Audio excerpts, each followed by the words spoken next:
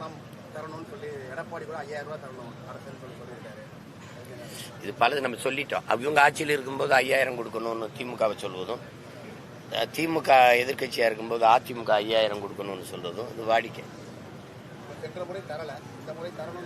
இது ஒரு தேசிய அவமானம். இதெல்லாம் ஒரு தேசிய அவமானம். குடிகளை ஒரு அவமானப்படுத்துறது தன்மான இழப்புன்னு நான் நினைக்கிறேன். நீங்க தமிழர்களுக்குன்னு இருக்கிற ஒரே ஒரு பண்டிகை, அவனுடைய தேசிய பண்டிகை பொங்கல் தான். காலம்புறா உழைக்கிறான், ஒரு ஆண்டு முழுக்க உழைக்கிறான். அந்த பண்டிகையை அவன் புடவை எடுத்து இது பண்ணி கரும்பு வாங்கி, காய்கறி வாங்கி, வெல்லம் வாங்கி, இது வாங்கி, அரிசி வாங்கி ஒரு மகிழ்ச்சியா கொண்டாட முடியாத வறுமையில இருக்குது.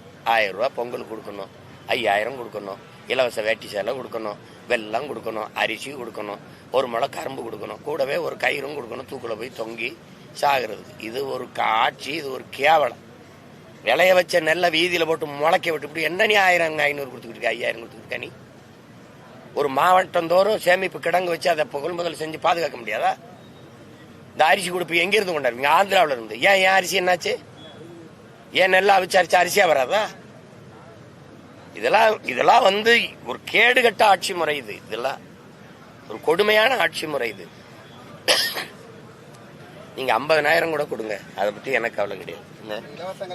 ஏற்கனவே 10 லட்சம் கோடி கடன் ஆயிடுச்சு. 80,000 கோடிக்கு மேல வட்டி கட்டிக்கிட்டு இருக்கோம். இதுல 5000 கொடு, எங்க இருந்து கொடுப்பீங்க?